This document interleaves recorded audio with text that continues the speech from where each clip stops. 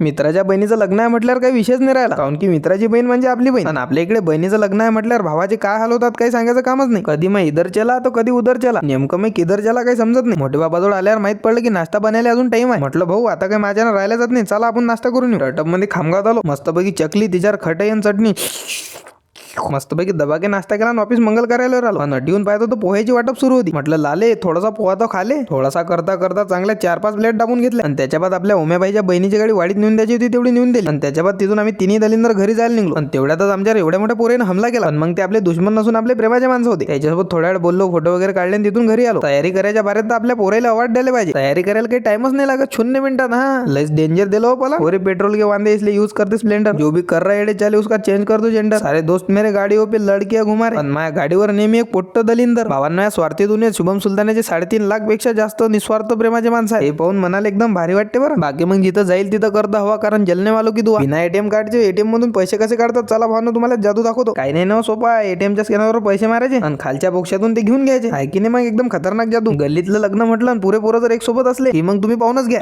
Actually मस्त वाटतंय मला. इंग्लिश बोलल्या ना का तोंडातून लागते.